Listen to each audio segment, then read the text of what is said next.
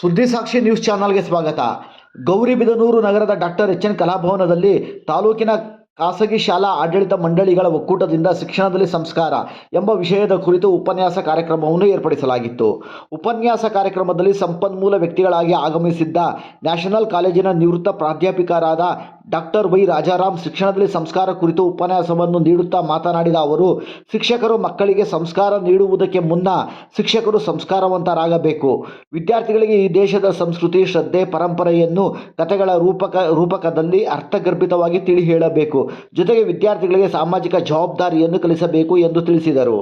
ಕಾರ್ಯಕ್ರಮದಲ್ಲಿ ಉಪಸ್ಥಿತರಿದ್ದ ಖಾಸಗಿ ಶಾಲಾ ಆಡಳಿತ ಮಂಡಳಿಗಳ ಒಕ್ಕೂಟದ ಜಿಲ್ಲಾ ಅಧ್ಯಕ್ಷ ಬಿ.ವಿ. ಶ್ರೀನಿವಾಸ್ ಕಾರ್ಯಕ್ರಮವನ್ನು ದೀಪ ಬೆಳಗಿಸುವ ಮೂಲಕ ಉದ್ಘಾಟಿಸಿ ಮಾತನಾಡಿದ ಅವರು, ಶಾಲಾ ಮಕ್ಕಳಿಗೆ ಶಿಕ್ಷಣದಲ್ಲಿ ಸಂಸ್ಕಾರ ಎಂಬ ಕಲ್ಪನೆಯೇ ನಿಜಕ್ಕೂ ಅದ್ಭುತ.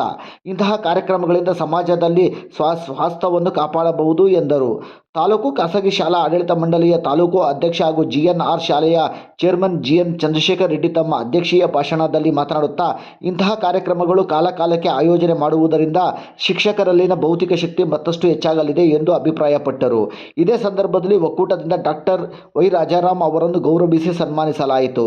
ಕಾರ್ಯಕ್ರಮದಲ್ಲಿ ಒಕ್ಕೂಟದ ಗೌರವ ಅಧ್ಯಕ್ಷರಾದ SS ರೆಡ್ಡಿ, ಕಾರ್ಯದರ್ಶಿ ಚಂದ್ರಮೌಳಿ, ಉಪಾಧ್ಯಕ್ಷರಾದ ಮಧುಸೂದನ್, ಖಜಾಂಚಿ ರಂಗನಾಥ್, ನಾಗಭೂಷಣ್, ರವಿಕುಮಾರ್ ಹಾಗೂ ಇನ್ನಿತರರು ಕಾರ್ಯಕ್ರಮದಲ್ಲಿ ಭಾಗಿಯಾಗಿದ್ದರು.